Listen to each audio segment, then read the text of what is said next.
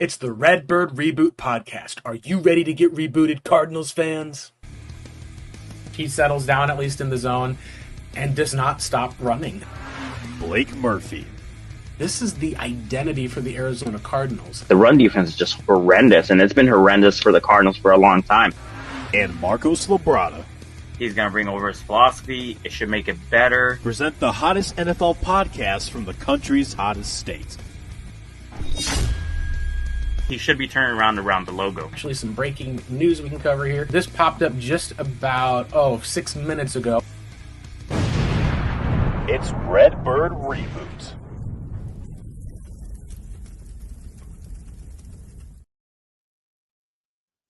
Hello, Arizona Cardinals fans. Welcome in. This is the Redbird Reboot podcast. We've got me here, Blake Murphy, on Twitter at BlakeMurphy7, or X as they call it these days. My co-host, Marcos Labrada, is here as well. And Marcos, it's been a while. We've gone through the year. We've finished everything. 2024 is over. 2025 is here now. And with it comes the end of the football season. We've got only one more game left to talk about for the Arizona Cardinals this year. And it's a matchup that at first glance, you would think, okay, Cardinals at one point were 6-4. Niners were disappointing. We talked about this as being maybe one of those win and you're in type of games if you can beat the Rams. Now we're looking at it as two teams out of the playoffs, nothing to play for, and a very beat up Niners team at the end of the season. You're going to probably see quite a few guys at least not play, including their starting quarterback, Brock Purdy. Brings back a familiar face to Cardinals fans. Before we get into it, how are you doing today? And how are Cardinals fans feeling going into after watching a hard-fought loss last week against the Rams? Seeing Josh Dobbs coming back into town, is this a game that Cardinals fans you think are going to be able to get invested in as the final home game of the season and final game of this season overall? It's definitely going to be a way bigger investment in this game, mostly because of the matchup that we are going into, which is we're going to face one of our old quarterbacks in Josh Dobbs. I saw the storylines hit literally immediately, oh, Josh Dobbs is back. He's going to be the starting quarterback for the San Francisco 49ers, and he's coming back to State Farm Stadium for, one last battle of the past quarterback versus the quarterback that replaced him. Because I don't know how you feel about it, and I don't know how a lot of people feel about what happened, but I think it was kind of scummy that he wasn't told that he was going to be traded. So that's the only thing I think about. I question, why did you trade for the guy, and then why did you trade him away for a lesser pick? You could have just kept him on the roster. And a lot of people were saying, well, the Cardinals did him a favor because he wasn't going to start over Kyler. And I was like, yeah, that's understanding, but he was still a person who had grasped the Petzing offense. And for a while, when people were saying Petzing was creative and was actually manning the ship, and people were getting excited about how Kyler Murray was going to look in this offense, Josh Dobbs was manning the offense and whatnot. And now we don't have that contrast of okay, so what's going on here? Do we have our good backup? Yep. Or we just shipped him off? He had a couple of good games and now he's into the ether and now he's coming back. We have no idea what's going to happen, but I think he's going to have a chip on his shoulder. Oh, yeah, for sure. It's something at least that we can talk about as well. Let's first get into what we saw against the Cardinals and Rams game, because this is one of those games in which I think when you take a look at just the plain box score, you say, all right, guys, Trey McBride had 123 yards. The passing attack went alive because Kyler Murray threw for 321 yards. He threw for a touchdown. We saw Marvin Harrison Jr. had 6 catches for 96 yards, played a pretty complete game. You really got to see at least that passing attack had to be able to work because Michael Carter was your lead ball carrier. Because James Conner only had 4 carries. He was not healthy, only had about 4 yards. A rough showing for the most part for Cardinals rushing attack. Still was able to get about 5.4 yards a carry from Michael Carter. You talk about that on the other side. You say, all right, we're going to basically hold the Rams on their side of the ball to 1 touchdown, to multiple field goals. You would assume that if Matthew Stafford throws for under 200 yards, doesn't throw for any touchdowns, if you only have one... if you basically are able to hold Cooper Kupp to 1 catch for 29 yards, essentially the Garrett Williams treatment as we can call it, and Puka gets his yards but no touchdowns, you would assume the Cardinals would win the game, right? Not the case. The Rams end up kicking multiple field goals with that one touchdown. Arizona is not able to get into the end zone outside of one single play, which is, of course, the kind of not quite a shovel pass, but essentially a little tight end screen play up the middle for the most part to Trey McBride. Finally gets him that touchdown. It's totally a schemed up play. It's not anything like that. It's totally we're going to do everything in our power to get Trey his receiving touchdown this year. They miss the extra point on that, which completely changes part of the game. It's been one of those areas where I think when you talk about a microcosm of the season, Marcos, it wasn't just one thing. There was missed opportunities that the Cardinals still had. There was ultimately that interception on the last play of the game that we at least got to see with the target to Trey McBride, with the Cardinals driving down, trying to get that touchdown. It was the missed extra point, which we've seen multiple missed field goals, missed extra points from their kicker. It makes me think that they'll probably move with Chad Ryland forward, but they're probably going to have to get some competition for him. And at the end of the day, what really stands out to me was the inability to really get into the end zone without James Conner was something that I think was unfortunate. The good news, of course, at least for Cardinals fans, you saw a passing attack that was able to actually go up against a Rams offense that had some good pass rushers. Kyler got sacked 4 times, was able to at least deliver the football, move the ball down the field, and the defense, for what it was, their part. It felt like a game that the Cardinals, it gave you some hope for this passing attack, but at the same time, it feels like the Cardinals gave away yet another game they could have won. I mean, it came down to the very last play. So we obviously, thanks to our defense, we had the opportunity to win it at any time, which is why I kept preaching like this team was not, they're not going to have sustainability without a good defense. And we saw how the defense continued to keep the Rams out of the end zone for most of the game, with the exception of a few drives. But yeah, missing that kick and getting it blocked really did like change everything at the very end. But even though we were at the 5-yard line, Yeah. at 1st and 5 to be able to score, so it coming down to a freak play that I just came down to really just timing and targeting. That's how close we were to be able to beat the Rams and, you know, make their life a living heck for like maybe a couple like more weeks for them to not be able to clinch. Of course, they were able to clinch after that. They got the revenge game, and you know, we're over here on the outside looking in, thinking to ourselves, we had this division. Like we were in the driver's seat when it came to like controlling our division, and we didn't do what we needed to do in the last stretch of the season. Yep. No, the biggest thing I think at least that stands out is it was a defensive struggle back and forth. Arizona was down 10-0 at the end of the half, but they had been moving the ball. They at least had a couple of 3-and-outs for the most part. Rams were able to get a punt. The second quarter was the big shift because that was where they went on that long drive, of which the big play thing was they just relied on Trey McBride. You're able to use Michael Carter, who, as a lot of fans have said, it seems like he probably should be getting more snaps, or at least should have been the running back 3 over in Amari DiMercato. But Kyler was able to get a pass to Trey McBride on 3rd down for a bunch of yards. 3rd and 5 hits Trey McBride for 7 yards. 2nd and 4, they were able to get Michael Wilson involved in the game. And once it got to 1st and goal, that was where you were able to at least see that on 3rd and goal, there was a penalty called where there was an obvious interference in Trey McBride. They were going to him. It's same thing we've seen previous times. Normally what we'd say is, oh, penalty. McBride was going to have a touchdown. Someone interfered and got in the way with. Now James Conner's they'll hand it off and get it in. Instead, you're able to see it flip where the Cardinals are then down 6-10. They force a punt. They go down the field and are able to get a field goal with Marvin Harrison Jr. this time being one of the biggest things that they have, with a 21-yard pass, a couple of deep passing plays, getting a ball all the way down there to essentially the LA 20, I think it was 20-yard line or 10-yard line. And they're just not able to get the ball any further. They went incomplete, at least for the most part, trying to pick up that down. Rams get another field goal. This is where it's crunch time. You go drive down the field, you have to get a touchdown. If you even kick a field goal for the most part, you're going to be in pretty good shape because you can get 2 field goals. That's going to be able to put it at least at the score of I believe it would be 12-13. You just need a field goal to win the game. The defense has been doing an awesome job in the second half with their adjustments. In the second half, I believe they forced the Rams to a punt, to a field goal, and a punt. So you're talking about defense did their job, held them to 3 points. We have two interceptions that are thrown at the end of the game, Marcos. And this is where a lot of people have talked about like what's been crazy with the team this year, with how Kyler Murray, it just feels like there have been some of these plays in the fourth quarter that have just happened in the worst time where the ball has been turned over.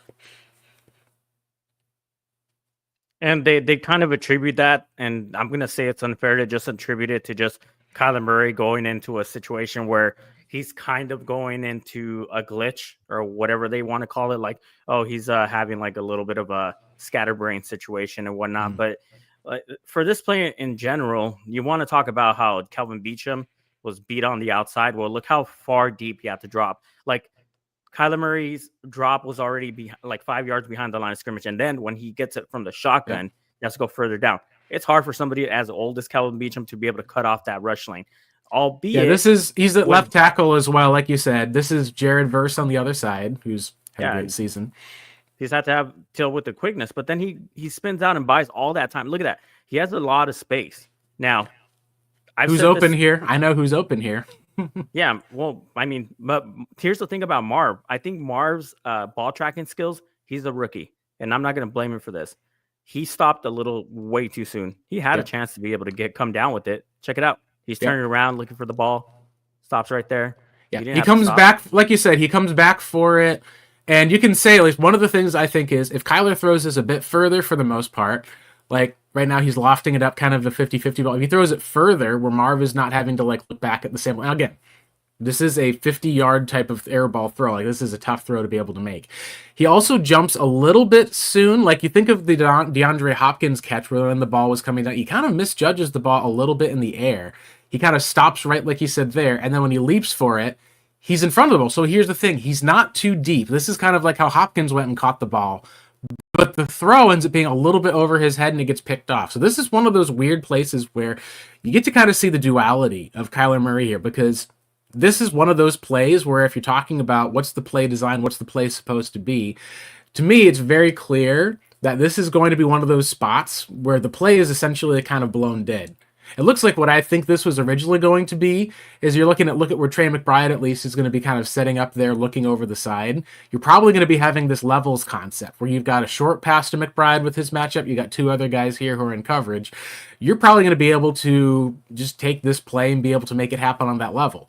Instead, it looks like with this play, there's also an option, it looks like on the other side to Marv. Kyler just senses the pressure right away and makes an incredible move to get out of it. Because you see, you run this way here, you're probably going to end up in a spot where you're going to be having Verse pursue you from behind.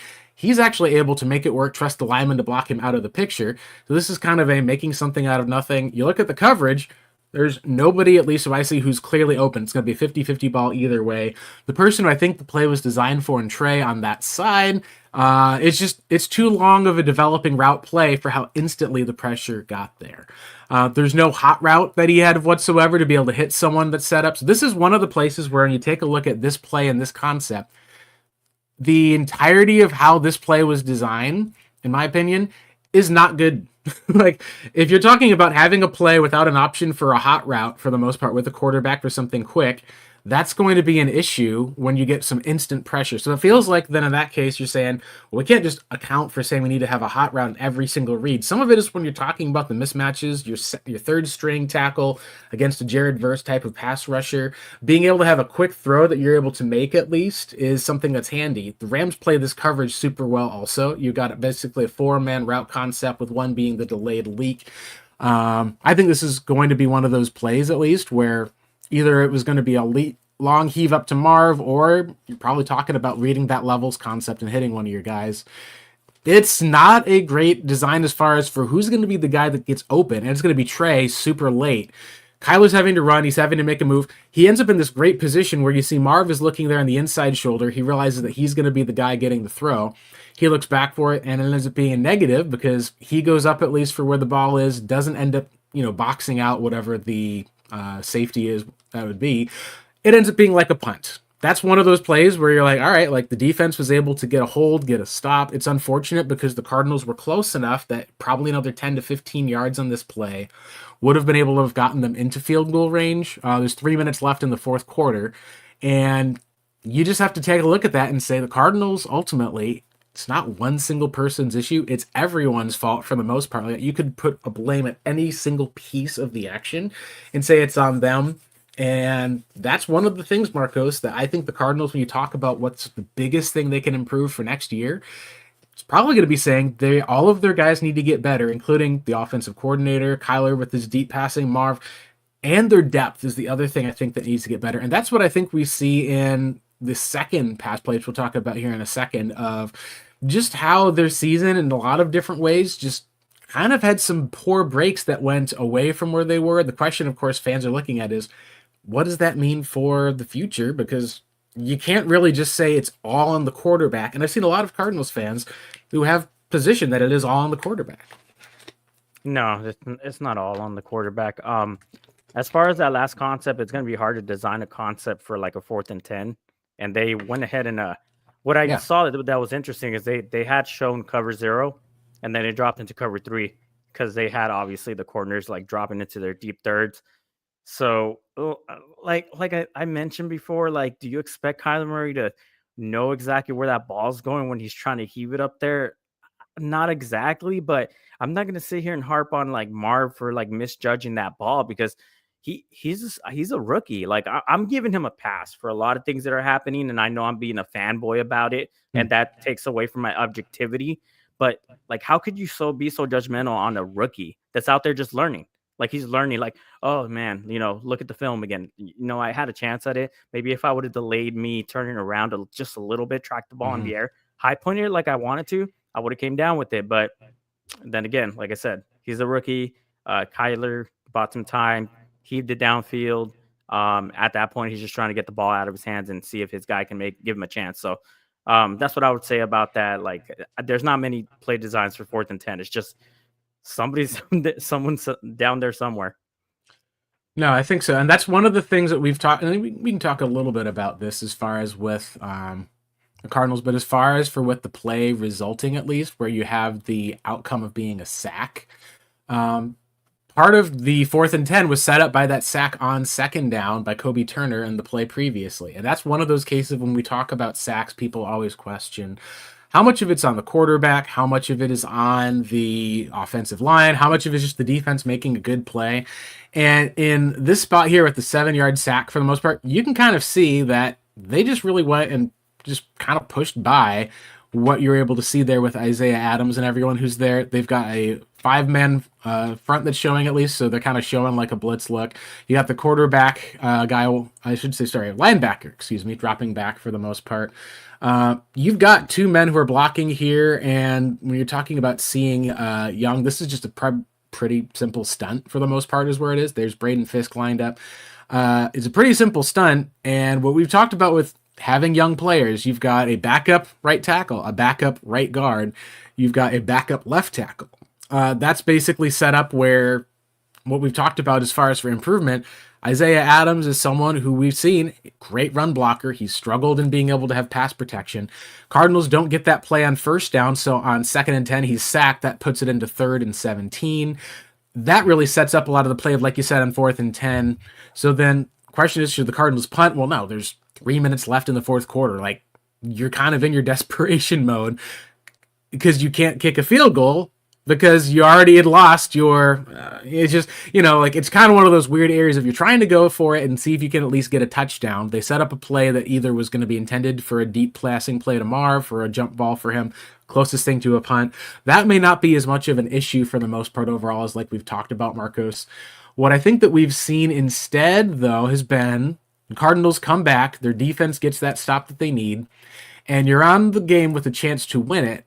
And really what ends up happening for the most part is just this kind of bizarre play sequence where you're looking at how Trey McBride gets pushed right there off of the line. Kyler throws the ball. And as they said, it's not really lofted, as some people have talked about. I've seen Steve Smith has commented on it. There have been others who looked and said, hey, look, when you're talking about being quick, Trey McBride needs to flip it. You can also say this look that the Rams have. They've got 4 guys lined up across the line, and they end up bringing 5th and a 6th. So this is not quite cover 0, but this is basically just 4 men across the board, man coverage. Kyler's just going to go to Trey McBride, seeing he looks like he's got a mismatch there. And he ends up getting the ball out super quick because against 5 guys versus 6, you're probably going to say, at least, even with Michael Carter back there, there's not really a rushing threat. They do a great job of bringing in an unblocked man that Kyler senses. You can see that the offensive line is kind of collapsing in pretty quickly. He just gets rid of the ball super, super quick. And normally you'd say that this would be a great thing that would be an opportunity for, if it's an incomplete pass, that it goes back and goes over again. So what I'd say is, on this play, some people say, hey, if Kyler hangs on a second longer, goes to Marv. No, that's not the design spot for the read. Marv has to be drawing over in the middle of the field for the most part to make sure that you've got that man coverage. When they blitz the one guy off the line, you know that you've got one-on-one with McBride against a linebacker or a safety. It's just one of those kind of bizarre plays where he put it right on his helmet. You should be able to get the play. Maybe you could say he puts it a little lower, but if you put it a little bit too low and this guy spins around, you might throw the ball right behind him if you overthrow it there. This is just one of those plays where, honestly, what you kind of chalk it up to is say, sure, things could have been better. Trey could have turned around a little earlier. Kyler didn't have to maybe necessarily put a zip on that or go for his head. Sometimes the ball just happens to bounce a certain way, Marcos, and that's what happens at the end of this game. Is the Cardinals lose a game in which it seemed like they were primed to win, especially against this look with the one-on-one coverage. Yeah, and by the way, it is a cover 0 call. Yeah, if he drops the ball right there, it's second down. Like, you could probably try another chance of it, I think, at least, too. I spoke about this. The ball placement is what my issue is. I mean, he did throw a heater, but it's not too bad of a thing. It's just, if you throw a heater with bad ball placement, that's unfortunately what happens. What I'm concerned about is that the fact that if they sense that there was going to be any type of pressure, why didn't they add a side adjust to this one? It's on 1st and 5. If you side adjust this type of play where the blitzing linebackers come in or the blitzing defensive backs coming in, you probably cut that to the inside so that you can have a better chance of having that wide open spot come open right behind the pressure. But it was cover 0, so it is man coverage, and he did have outside leverage. So he, for the most part, did the right thing in attacking the outside shoulder, and he does have that if that ball was placed in a better location. It's inches is almost like the way to put it, but like we said, even with the protection here, this is a perfect blitz pickup by Michael Carter where he reads, sees where the guy is blitzing. Sure, the pocket closes in, but the ball's already out by then. Like you said, the place where it ends up is a combination of it just bounces off of McBride's face before he's ready for it, and it bounces up in the air. When it bounces in the air, like we say, sometimes the ball bounces, a guy dives for it, and it doesn't survive and it's dropped. This time, he's at least able to, whether for one reason or other, is able to just kind of go back from Carter, and then was able to pick up the ball, and that's the game for Arizona. And not go out of bounds, of course. Yeah, not going out of bounds with that either. It's just one of those places where at the end of the game, you're like, that's a tough break, because you hate to have it where you've got a play of this design, things are there, and if you wanted to say, sure, the placement of the ball should be, Trey needs to be able to have it a little bit more on the outside, because your idea is you want that to be an incomplete pass versus a pass that goes over his head. You want to make sure also that if it's too low, or you want to make sure you're throwing it away where only your guy can get it. Yes. Trey, I think, took the credit and said that he needed to basically run the route quick, be the hot on that route, and get his head around quicker. And also then if the ball is going to be placed where it's out in front for him, that's good. Like you said, this is one of those places where if you're a Cardinals fan, you just kind of feel like you have found a way to kind of blow some of these late game situations in the fourth quarter, despite the fact that your defense has been able to get some stops. Maybe it means that in 2025, some of these plays turn into Trey making that catch and the Cardinals winning the game. Maybe it means that there is going to be just some of these areas that pop up just as far as it goes within the scope of the Cardinals season. Because it does feel like whatever we can talk about, the biggest thing is that you are what your record says. Kyler Murray has really only been to the playoffs once. It was a big struggle. The Cardinals are beat up, are able to take it at least, and should have taken this game from the Rams. And now we get to talk about where do we go from here heading into the last game of the season for the Arizona Cardinals. This, Marcos, is an interesting matchup because it's probably more disappointing for Niners fans than anything. The Niners are a team that, when you talk about disappointments this year, they probably rank up at the top. They're probably the number one disappointment overall this season. As far as their Pro Football Focus grading, as far as for everything you'd say from the team, they still have stars. the Stars are just not healthy. They still are executing games at a very high level. They took the Detroit Lions to essentially what was I think it was, what was it, 34 points at least. The Lions had to basically make a second half comeback against that defense because they got out to a huge lead in front of them. They were able to essentially push the team that is right now most likely or most favored, I would say, to win it all. And from, if it's going to come from the NFC, that is, you can't bet against the Chiefs. They were able to really push them. And then Brock Purdy got hurt. Josh Dobbs came in, was able to run for a touchdown. And it's really interesting to me, at least, to be able to look at, because now you're talking about the narrative of Josh Dobbs is coming back in with the facing his former team with the Cardinals, who did trade him. Like you said, you're facing a division opponent that is now probably going to be an underdog to you in the final game of the season. And you don't have anything to play for it except for your home crowd and for a chance to get to 8-9 on the season. So if you get to 8-9, you double your win total. That's something that's worth playing for. You're talking at least about sweeping the Niners if you're able to do that.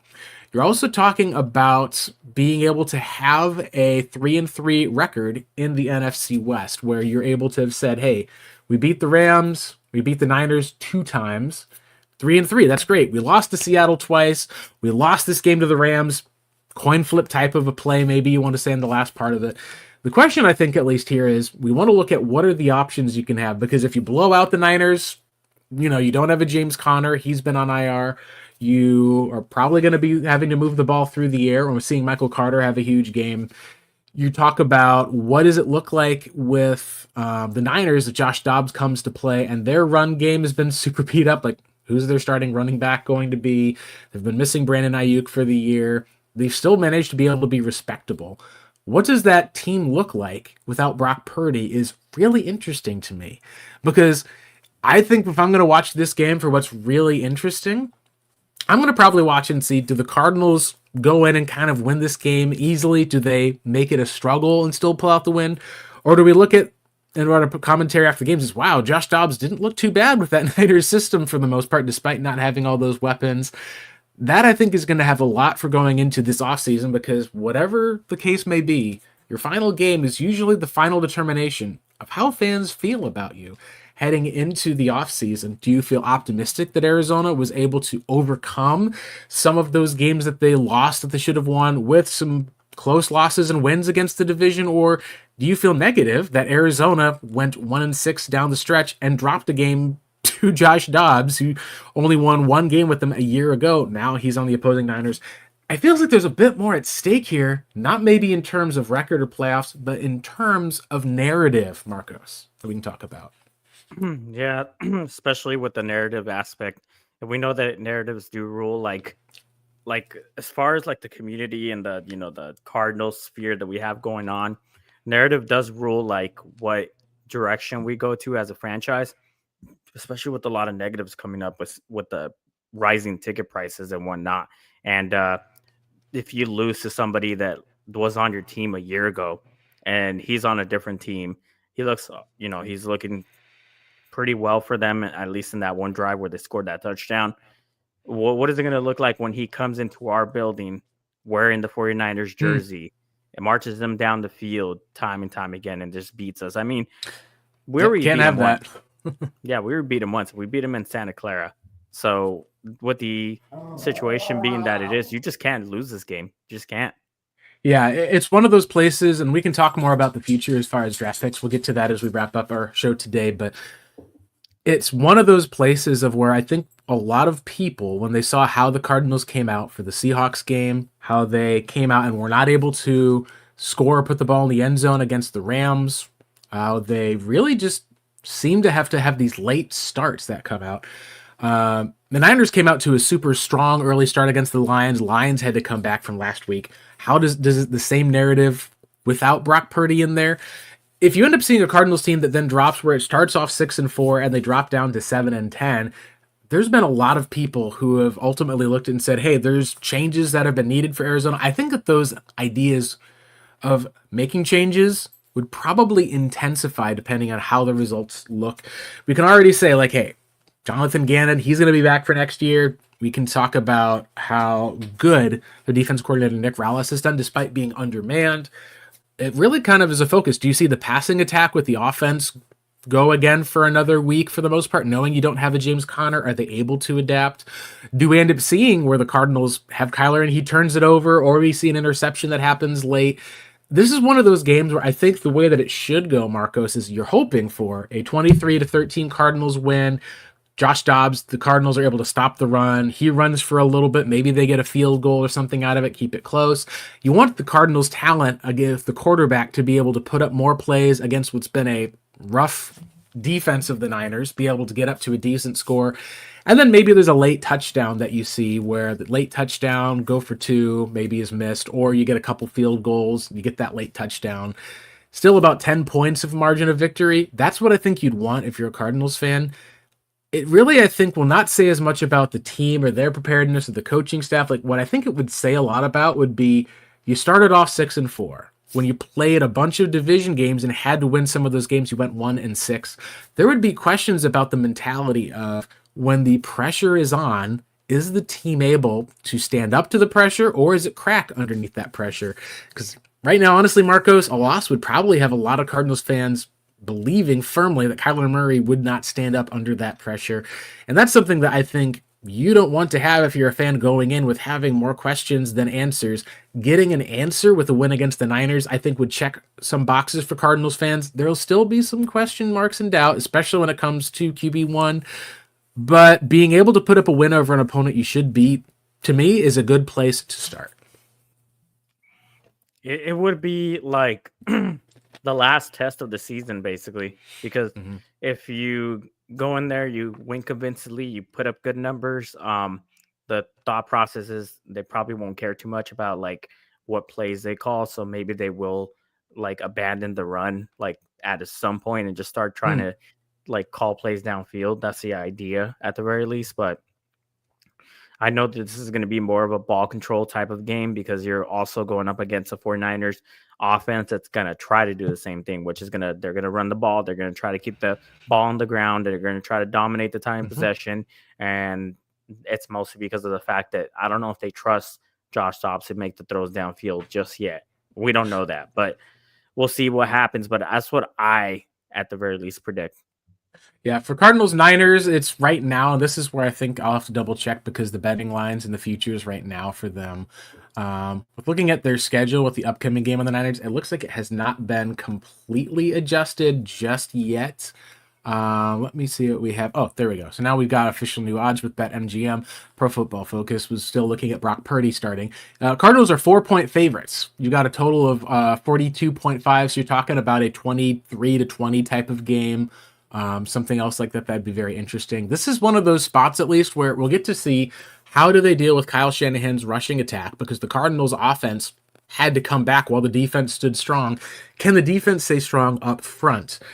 This is a game in which you're favored at home. You don't have to worry about it. Previously, the Niners were the favorites. It's flipped completely without having Brock Purdy in there.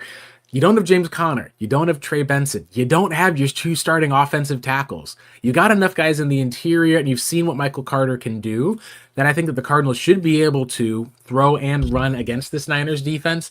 It's a better defense than I think what we've seen with the Rams. But between the injuries on offense and some of the other things that we're seeing when you have a backup quarterback in there, what we're expecting, I think at least, should be that the Cardinals are able to win this handily. What I think a lot of Cardinals fans know is that this team is probably going to see Josh Dobbs run for quite a bit. We've seen when Josh Dobbs gets his chance early on, before teams get film, before there's game tape, he and his legs and the offense are able to actually move the ball, take teams a little bit by surprise. They hit hard. That's something that I think that when you're a Cardinals fan, your ultimate goal for this is if the team's going to get hard up front, you don't want to see them cave. You want to see them be able to push back. And I think that a steady dose of Michael Carter being able to have some runs up the middle, being able to run the ball on this Niners team is probably the way that I would attack it. And then see how your play action game goes. Work on, like you said, some of those play action passes, being able to actually get something dialed up, seeing how the deep game looks. We've seen a lot of areas, at least, where this feels like it's a good enough test for the Cardinals, where the hope is that the offense for the Niners is bad enough that you're able to at least do some stuff on offense. as a veteran Cardinals fan, I can say this is one of those, like, you call it a trap game, and I think that it kind of is, but there shouldn't be anything considered in the last game of the season. Put it out there on the line. No more games after this. Don't treat this game like it is one of those games that you should win. This is something where the Cardinals have an opportunity to go out and kind of show we're 3-3 in the division. We're going to add more players next year. We're getting more draft picks. This is a team on the rise. You want to make sure that you're seeing that, because if it's not, then there's going to be a lot of questions, including, I think, Marcos, the biggest one, is the Cardinals offensive coordinator in Drew Petzing safe? Or is he not? That is, I think, the biggest thing that fans are going to want to see. Last week was a good checkbox. You can say maybe they didn't get the ball in the end zone because of James Conner. You need to see them continue that good progress against the Niners this week. Well, yeah. So I'm not sure if so you heard the news that like insiders have pretty much said that like his job is safe, but we want to talk about this because this has been an ongoing narrative for the fan base, and just because we heard that doesn't mean that's a definite like situation. It could always change very last minute.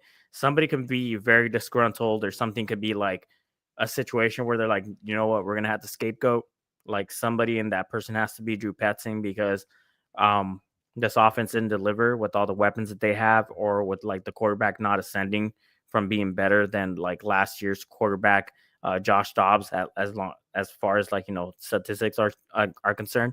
So let's say, hey, they get rid of Drew Petzing like Black Monday.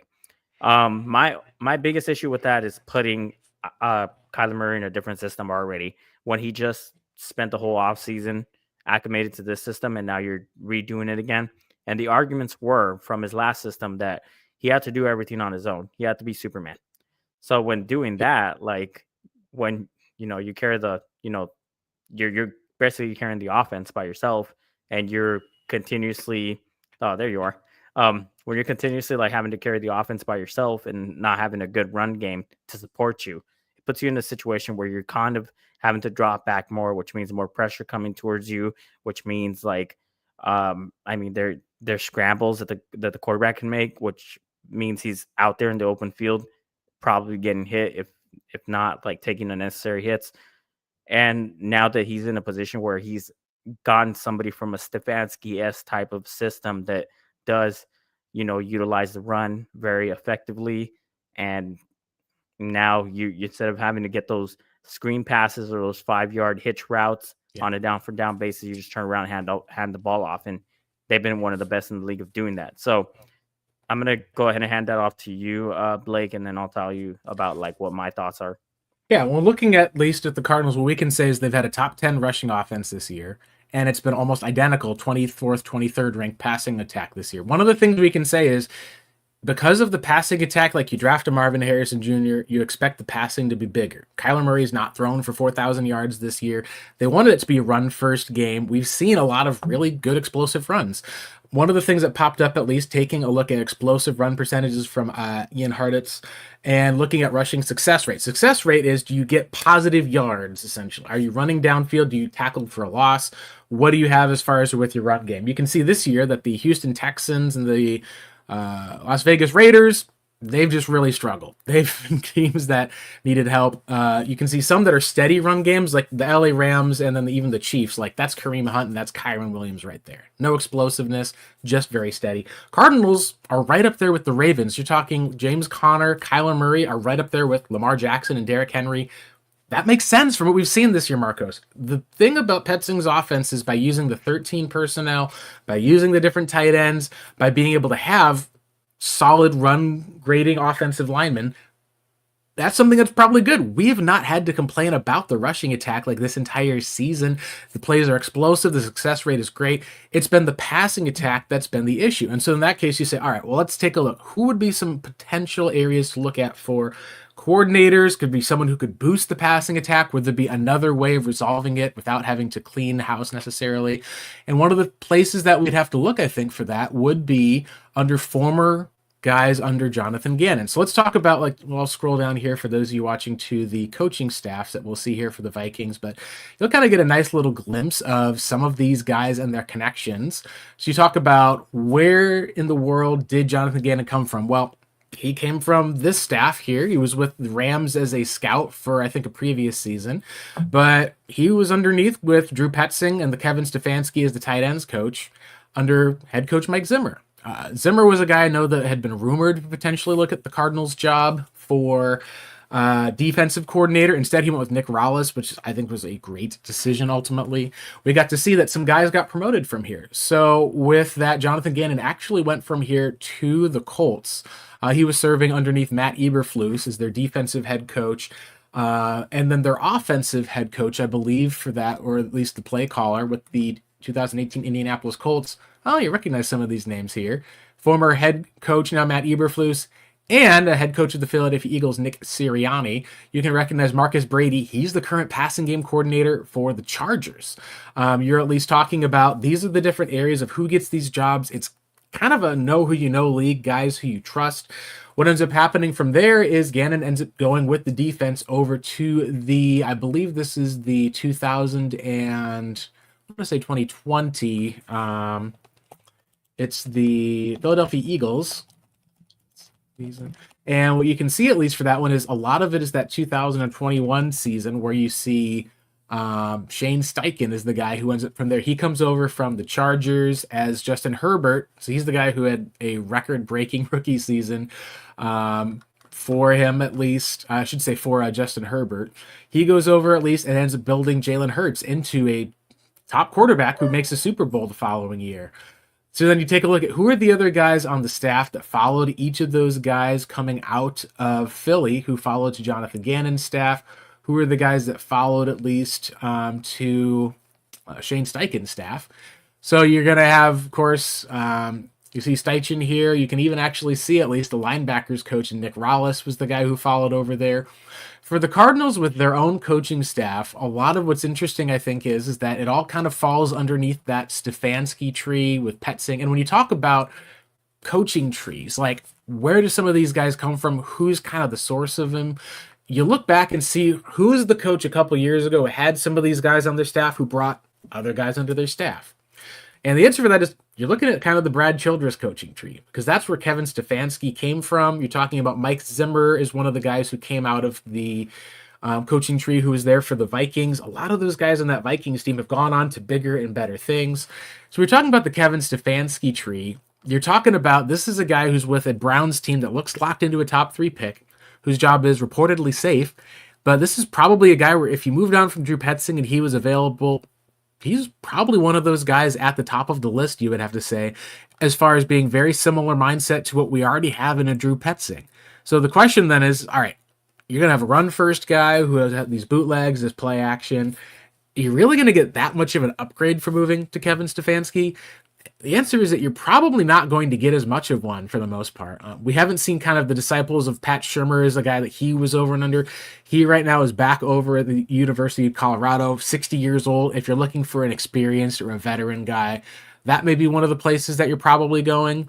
One of the other players that popped up that's interesting, at least here, is you can see where some of the other guys have gone, like an Alex Van Pelt was on that Browns staff with Kevin Stefanski and Drew Petzing. You can talk at least a little bit about a guy like a Shane Steichen is one of the other ones that's interesting. Steichen, he's the head coach of the Colts right now. Colts have been a huge letdown this year. Could they clean house and move on? Most of what we're hearing is he's probably not going to be available because he sounds like they're going to hire a new GM and keep him as the head coach. And I feel like it's a no-brainer to me. Steichen's available as an offensive coordinator. He may actually get another head coaching job because he's just done a great job of helping offense everywhere he's been at for the most part. So really what it really, unfortunately, is, Marcos, is it doesn't feel like there's a current kind of better candidate out there for the most part that the Cardinals could bring in to ultimately replace, or I would say upgrade from a Drew Petzing. Other coaches, at least, that you could say they potentially could see teams could move on. Maybe you could see an Alex Van Pelt move on, but it doesn't feel like that's really an upgrade. There's not really any connections you can have with a Doug Peterson because that was a previous Philadelphia Eagles staff. He's now, of course, on the Jaguars. I don't see there being a quick, easy, simple solution to this for a guy who's currently out there that you could go ahead and bring in if you're a Cardinals fan who's going to be a free agent. The one I will say for fans who are curious about a home run type of swing would be a Todd Monken, who's a guy I've loved for a long period of time. He's the offensive coordinator for the Ravens. He was also with that Georgia passing attack we saw Brock Bowers go off from. The Browns, when they had I believe it was playoff defeat over the likes of Baker Mayfield. He also had Fitzmagic, going all the way back to earlier years, such as being involved with the LSU Jamarcus Russell and Oklahoma State Brandon Weeden days. Maybe you can say, hey, normally it's a 2-year contract. Maybe the Ravens would let him go if he feels like the Cardinals could offer him more money at the position. You kind of think of that being like the Vic Fangio leaving the Dolphins to go to the Philadelphia Eagles, where the Dolphins paid him a lot of extra money to be their DC for a year. That's one where you could say, probably seeing how Lamar Jackson has evolved as a passer and an MVP candidate, maybe that's your go out and get this guy to fix the problem hire. But I don't think that that's something that's really going to be possible for Arizona. That would be if I was going to try to make a home run swing. That's what I would do, though. Oh, I've been knowing about Todd Monken, and I really do like him quite a bit. And once they hired him as the offensive coordinator, I thought to myself, they're going the complete opposite of Greg Roman, being that they're going to spread him out, and they're going to, instead of doing this whole from shotgun, QB read option plays and whatnot, that they're just going to go into like a spread everybody out and see how Lamar does. I mean, so far he's front runner for the MVP, so I guess he's doing really well. Now we're talking about like our pass play to run balance. So right now the Cardinals are ranked 21 in pass play percentage, 55.24%. So that means they call 45% of the time they call run instead of pass. Number one in the league right now would be Cleveland at 65% passing plays called. That's very odd, but they're one of the worst teams down in the league because of the quarterback play. But check out the list below us on the percentages. Philadelphia 43.02% at 32, Baltimore 47.47%, Green Bay 48.96, Pittsburgh 50.15, Washington 51.43, Indy, then Detroit 52.19, Buffalo 52.29, Atlanta, Los Angeles, San Francisco, and then there's Arizona. A lot of playoff teams in there, and there's the Colts. So I'm with you there on at least looking at where we're talking about how a lot of the current NFL model and how it's built is recognizing everyone's playing cover 2 safeties to take away this explosive passing game. Everyone's getting lighter and faster at the defensive line and edge rusher positions. We know what that means. The teams that are winning ball games are the teams with Saquon Barkley, Derrick Henry, the team that went out and got Josh Jacobs, a team that's running the ball in Pittsburgh. Washington with Cliff has actually had Jaden Daniels and Brian Robinson and just Austin Eckler running the ball like crazy. The two teams that really kind of stand out here are with the Niners have just had injury issues. They've been depleted. They still are running the ball a lot and are seeing some success. But the Cardinals are right up in here. So I think what you're looking at least is also a combination of, we talk about analytics. Like if we're going to put a picture here of, let's say, put a picture of an airplane, and this is a common Civil War example. So if you've heard of it, my apologies at least. But it's something at least where they did a study on planes to say we need to try to boost our planes because we're taking a look at all of our planes that are standing here, and all of the planes have their wings riddled with bullet holes. So like you're talking about, all of the planes at least here are basically getting shot down. Like this is where all the bullets are coming from, all the planes we're looking at. So clearly we need to reinforce the wings because all of the planes that are here are getting shot in the wings, reinforce the wings, no problem, right? There's a thing called survivorship bias. And the answer is, well, what planes didn't come back? You're like, what do you mean? Well, the planes you're looking at that have bullet holes, what happened to the planes that didn't come back? Well, the answer is they weren't hitting the wings. They got hit in the engines right up over here, or they hit the pilot. Like, that's where the study went and realized, oh, don't reinforce the wing because here's the thing. They get shot through the wing, guess what? You're still flying. Get shot in the engine, you're going down. I think when it comes to something like that, where we're talking about it, I think we looked at it and said if the Cardinals improve their passing attack by adding wide receivers this year, maybe people have said improve it by adding a quarterback. One of the things you want to make sure that you're being cautious of is, are you applying things correctly and looking at what the problem may be? And I think in this spot, we can say the offense, the issue has not been with offense in general. They've got a top 10 offense. It's been really with the passing attack. And for what we've seen with the wide receivers, it just has not really developed the same way that you'd like to. This offense has also favored the tight ends, favored James Conner. How much of that is these are your best players, like your Pro Bowlers? That's why you want to get the ball to your playmakers, and then you target Marv, Michael, all these other guys. And how much of it is needing to boost the receivers and boost maybe things such as the coaching at that position? And for that, Marcus, I think I'd like to offer door number 2 to a potential solution. We've already looked at potential incoming offensive coordinators, moving on from Drew Petzing. Could it be the Cardinals could keep Drew Petzing, but try to make another change to their passing unit? And what we've seen, at least here, is you talk about the top guys who are here, Petzing, Rallis. You've got coordinator Drew Terrell is the passing game coordinator and wide receivers coach. He's a guy that they've been hopefully prepping for a potential offensive coordinator role. You can also talk about the other thing that you can say, which is you don't have another wide receivers coach, it's just him, and then Spencer Whipple being your past game specialist. If we take a look at where Arizona's offense has been underneath Drew Terrell, this is like, you don't want to put everything on one coach, but you can say we haven't seen the growth or development we've wanted. We know that there's change that comes throughout the league. He's a guy that at least has been pushing some of the receivers from what we have heard. He was previously coaching wide receivers in Washington. Well, when he was in Washington, he helped Terry McLaurin. He helped out Jahan Dotson with his rookie season. He's a Chandler native, so this is like a local guy you're talking about for the most part. It's one of those places of where when you talk about where's places that you can change and say things aren't working, it could be you just keep your guys around, the receivers who are young, develop. The other thing you can take a look at is a guy named Spencer Whipple, who's a holdover from the previous staff. He's the pass game specialist. He kind of was a guy who worked with DeAndre Hopkins and also worked in college with Andy Isabella. Like he was that guy that came along as Andy's kind of coach to be able to go through there. We're not ever sure of what the different responsibilities are for the most part, but this is kind of my proposal to you, Marcos.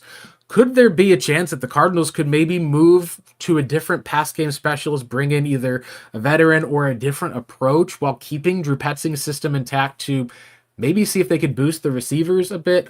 The last step, of course, is you always take a look at, when you're talking about quarterbacks, you've got quite a few quarterbacks coaches. Like the one who's assistant for that is Connor Serigner, and then I believe that it's Israel Wolfork, or is what they'll call him. He's the other guy who's been there.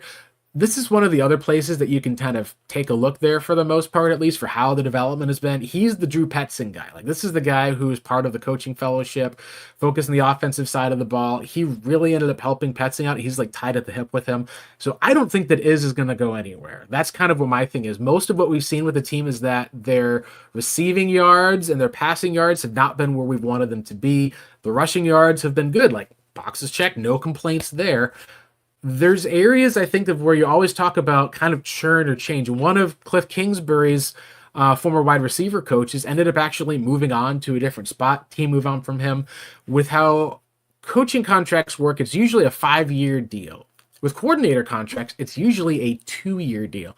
So that means you don't have to worry about moving on from a offensive coordinator. You'd be probably, in my opinion, I'm probably going to say they're going to probably renew Drew Petzing's contract. Because he's proven that it's not a bad offense. It's good rushing attack. I think it's going to be a little bit tenuous if you still do the same results next year. But it does make me think that we could see them potentially not renew or move on from a Drew Terrell or from a Spencer Whipple.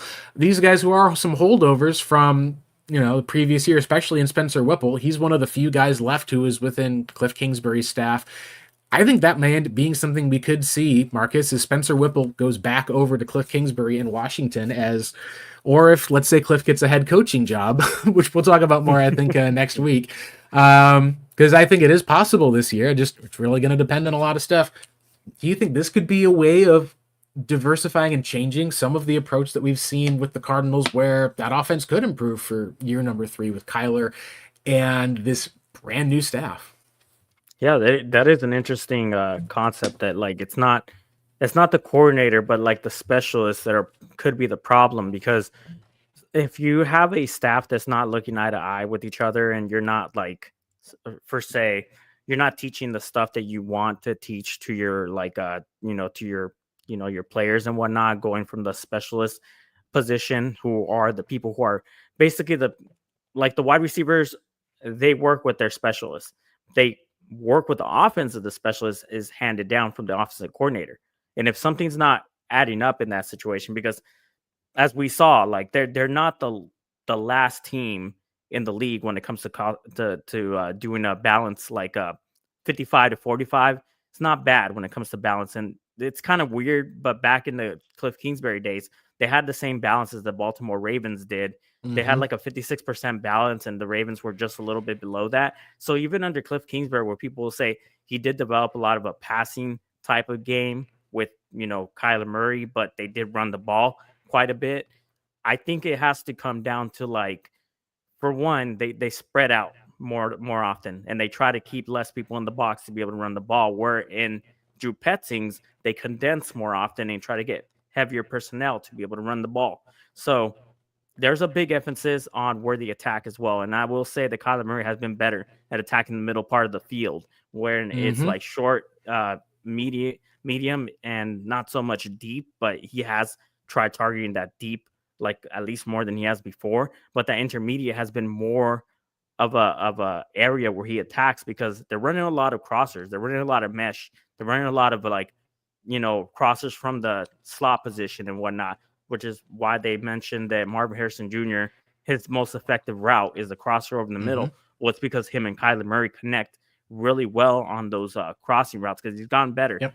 So, unfortunately, if people are out there saying, let's just go get Ben Johnson, let's be serious for Mm. a second. Ben Johnson isn't leaving the Lions to go be a coordinator. He's leaving to become a head coach. And you'd have to pay quite a bit to rip him away from the Lions, where he has a really sweet gig at like being a coordinator for a really good Mm-hmm. Lions team. So that possibility is not going to be that much.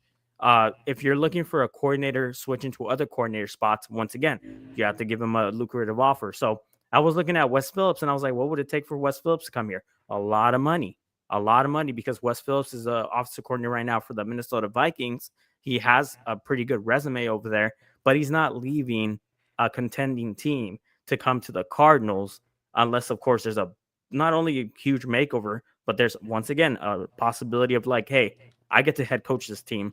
And so you'd have to get rid of Gannon. So in that situation where you want to get rid of Drew Petzing, but you're not getting rid of Gannon, your often like your options are slim. That just means in-house Yeah. takeover. Mm-hmm. So like those are your basic options. It's just like the people who want to get rid of Kyler. What are the options? What about the people who want to get rid of Drew? They're thinking to themselves, anybody can coach this offense better. Oh, well, you want to really see for that for sure. You want to go down that pipeline of who could take over. Let's let Spencer Whipple take over. Let's let Drew Terrell Mm. take over. They're calling plays from the same offensive playbook at that point. Right. Exactly. And that's something of, like we've said, is when it comes to like, can you replace or upgrade? The answer is maybe, but it would be difficult. And I think realistically, like you said, there's some areas you can change. Now, last thing on this topic, I think at least that we can go over is there's how do you take care of, I should say, a Marvin Harrison Jr. with some of his biggest kind of areas and flaws. One of the things that I think that a lot of fans coming in were looked at Marv as a generational prospect, and we said no prospect is a perfect prospect. There's prospects who are better. There's some prospects who end up needing a bit of growth. There's prospects in Marv that we've seen this year where he's kind of grown in some places throughout the season. We've seen other spots in which it really has been like wanting to have a little bit more as a rookie. This is a draft review grade, at least, that came from NFL.com. So that would be Lance Zierlein's the guy who does all of this, I believe. His dad was a former offensive line coach for the Cardinals, actually. Talked about how good Marv was as a high impact, high volume target, how threatening his pace was, the body control, speed changes, scrambling talent when the play breaks. And we've seen all of that this year. Even with the deep ball tracker and the ball skills, we've been able to see some of those. It just has not seemingly clicked for the most part. It's one of those places of where the my ball, you said, sometimes has felt lacking. What's interesting is you look at through the strengths that are there, at least as far as for some of the spin and leap to snatch over defenders' heads. We saw that with that back shoulder fade against the Rams game. It was the first time they'd like connected on a back shoulder in a while. what have we seen as far as for areas that need to improve? Well, releasing against press coverage. Sometimes there would be a little bit too much grabby coverage and leeway and disrupting his routes. A little bit like you'd say, hey, guy's getting his hands on you. You got to get free of that. Got to have some of that. You being able to have the route efficiency, maybe, but then also the not having enough blow by blow speed to kind of consistently outrun corners is a question. We've seen sometimes where he hasn't had that same 4.3 speed where he's been able to get completely wide open. And there's been a couple of drops that didn't seem uncharacteristic. This is almost like they nailed the prospect performance we've seen with Marv. And that's kind of the guy that we got in 2023 was the guy that we saw in 2024. And so I think the question then is, how do you get guys to grow and how do you get guys to be able to change in the NFL? And I think the best way to look at that is you look at the growth and development of the last guy the Cardinals took here with a top 5 pick at wide receiver in a Larry Fitzgerald. So with Larry Fitzgerald in 2005, this was his rookie year. You had Mike Wilson was his wide receivers coach. We know Keith Rowan. They were kind of in a spot where they were on their way out after the next season. They made a move, at least for the most part, I think, from him to, I believe it was Robert Ford was the first year that he had for his rookie season. That's the guy who coached Anquan and Fitz, which is pretty fun. He then moved to Mike Wilson, but when Dennis Green was fired after 2006 and Ken Wisenhunt took over in 2007, you got to see Mike Miller was the guy who took over there, and he was the coach that had those 3 1,000-yard seasons with the Steve Preston, with Anquan Bolden. But what's even more important is that the offensive coordinator was Todd Haley. And Todd Haley, by his own accounts, was an a-hole. Like, that's what Todd Haley has been known as people's talked about him. Larry Fitzgerald did credit, and this is at least something that popped up here, that he left his imprint with the Cardinals, Darren Urban wrote on. He essentially pushed Larry Fitzgerald because he said, you're a one-trick pony. You're going to run deep, jump up and leap over 2 guys and make the catch for the ball. But you're not going to block. You're not going to be that guy who worked consistently on the nuances of route running. You're just trying to basically go out there and make the big catch and the big play. And that really pushed Larry Fitzgerald. It made it where he all of a sudden adapted his game, and as we've seen later in his career, not only was he one of those guys who, despite the fact that he wasn't going to outrun you consistently, he would still be open. Like we'd say, hey, number 11's always open. We got to see him be able to push his body to making some of these crazy catches with his hands where he was getting separation from the jump, where he get open right away quickly. And when guys would put their hands on him, he would come back to the ball with this my ball type of mentality. And he even worked on getting better yards after catch. People don't realize it, but like when Fitzgerald was a downfield threat who jumped for the ball and catch it, to being a guy who would consistently, you could throw the ball to him, he could get yards after the catch. You think of the Steelers Super Bowl touchdown. Think of the Hail Larry play from 2015 in those playoffs against Green Bay. That was kind of a this is my ball type of mentality. That's a mentality that I think we have not yet seen from Marvin Harrison Jr., but according to Larry Fitzgerald, he had to have that coached into him by the likes of a Todd Haley who pushed him to be a better player. And Marcos, if I'm going to have one thing I'm going to say on the topic to kind of wrap it all up, I think if you can say, hey, we just need to find a Todd Haley or someone who can push a Marvin Harrison Jr. to be that best player of where he is, whether that's Gannon, whether that's Petzing, I think there may be needing to find a guy who's out there who can be that type of guy, because we've seen the my ball plays. We've seen a lot of that stuff from Marvin Harrison Jr. We just haven't seen it at the same level over here with the Cardinals as a rookie. I think that a little bit of that pushing will probably be something that we can see. And as we've already seen as well, Marv is still working to be able to up his game, up that connection with Kyler. That's what I think could lead to success for this Cardinals team with their top 5 draft pick. I mean, you do have a point. Maybe that's not what's going on right now with his current staff. So we probably maybe need to find an a-hole out there that will probably push him to that point. Although we do know that his dad is very so this is kind of weird and it's kind of funny. And I'm going to go ahead and mention this like now, because maybe down the line, if I nail it, I could say like, look, I'm the one who told you first. But we have a quarterback whose father is involved. And we have a wide receiver whose father is involved. And a lot of people are putting the whole, like, whose fault is it? Is it Kyler Murray's or is it Marvin Harrison? Is Kyler Murray not finding Marv, or is Marv just not coming down with these balls? I've seen the back and forth between those two.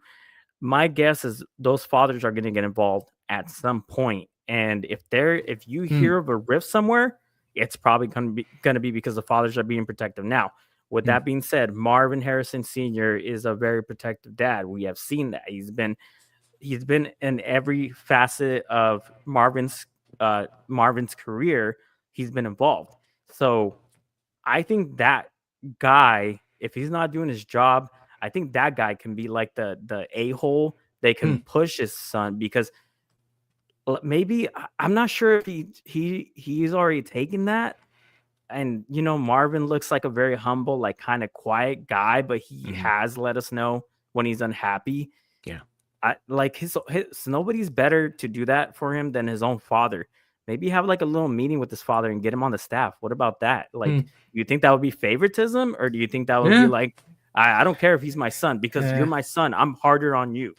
What do you Yeah, think? that's a good question. I don't know. I think from what we've seen with how Marvin Harrison Sr. and how Marvin have handled with the jersey issues and everything that's there, and it's also like Larry Fitzgerald Sr. was like a beat writer for Minneapolis, like was a sports guy for such a long time.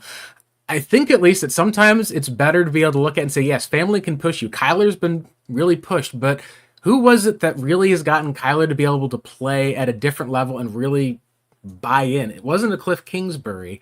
It was a Jonathan Gannon type who's kind of been the one that's pushed him in a lot of ways where Kyler was able to get that buy-in. And we know that Kyler's dad is someone who still pushes him. He's like, great. But when it comes to like things of family, it's like sometimes you don't want to have that person who's sitting kind of, you need that person in the room, but not the person who maybe is the one who loves you. Like if I'm with someone who needs to push my son as a way of love, I can do that. But I'm also going to be that person who doesn't want to see my son get hurt, doesn't want to see my son go through all of that. I think that it would probably be saying, yeah, you could look at the families. Maybe that's even a thing to talk about. Like, hey, Kevin Murray and Marvin Harrison Sr., all of a sudden, they start being like, all right, our sons are both great. We got to get them to greatness. What does this look like? I've got no issues if they decide to do that. I also think that, like you said, could be possible that a rift pops up at least where they start pointing fingers at each other. What I think in the end is being able to have that other person who can come in and being able to kind of push is something that we've seen Kyler respond positively to that. I think that Marv would respond well to that as well. Because like you said, it is a business of relationships, and knowing how to be able to coach a guy is a part of those relationships, whether that's in the NFL or even just a part of daily life. Let's do our final little wrap up, just about a minute left or so here. Let's talk a bit about what this last game means for the other thing people are looking at, which is mock drafts, draft positions. This is something where, from what we can take a look at with how the teams have lined up, the Cardinals right now are being projected to get an edge rusher at the 14th overall pick. People are looking at James Pierce Jr. I've seen some Kenneth Grant, the defensive lineman from Michigan, that's been put in there.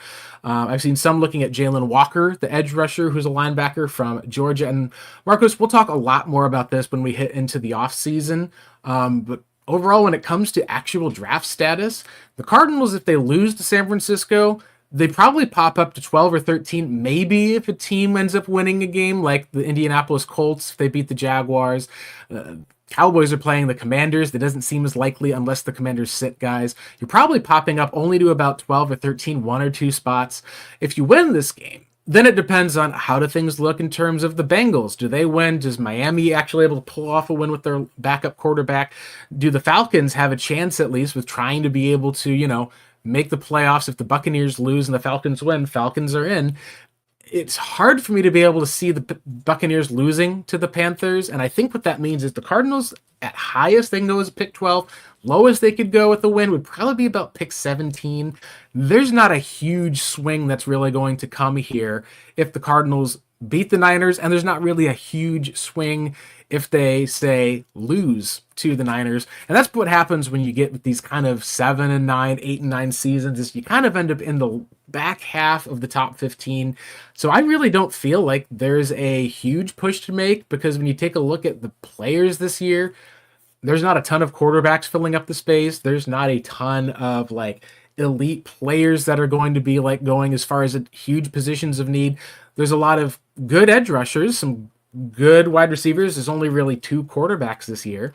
And there's a, decent set of corners. Really what it comes down to, Marcos, is how you're going to build the team. And I think what you're looking at if you're Arizona, you got to invest in that front defensive line. What are some of your thoughts here about with the Cardinals heading into that last game? Because I know some fans who just want Arizona to lose to get a higher draft pick, and I don't think it's going to make as much of a difference this year. Yeah, I mean, it's kind of a situation where we look at it, we're like, well, it's okay if we lose because then that means we get a better draft position. But if we lose to Josh Dobbs, and it Hmm. depends how we lose, I guess. I guess really the way it comes down is how do we lose? Do we lose in a fashion where we're like down, or we're like we lose by a point to like a last second field goal or whatnot, or are we losing by like 20 points to Josh Dobbs and Yeah. Kyler Murray just threw 2 interceptions? Like, I guess that's where the nuance comes in.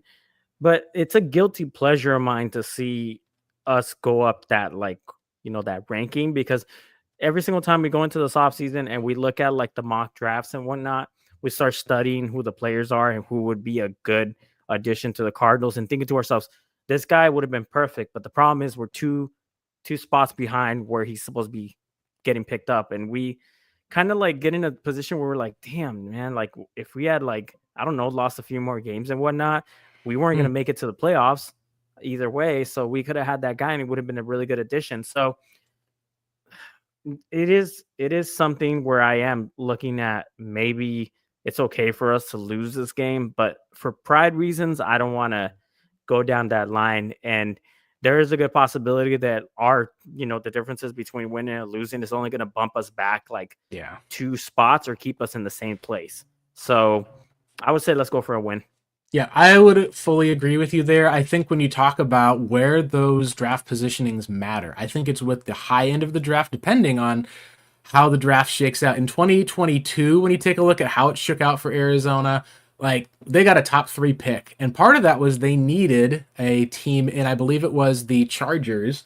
Actually had to be able to win a game for the most part. No, it was the Chargers actually lost a game. The Denver Broncos won a game, and that gave their pick to the Seattle Seahawks. This is a previous year. Excuse me. No, that's This a is previous. this is the 2021 Cardinals season. This is the 2022 draft. So we're talking about sorry for those of you watching here.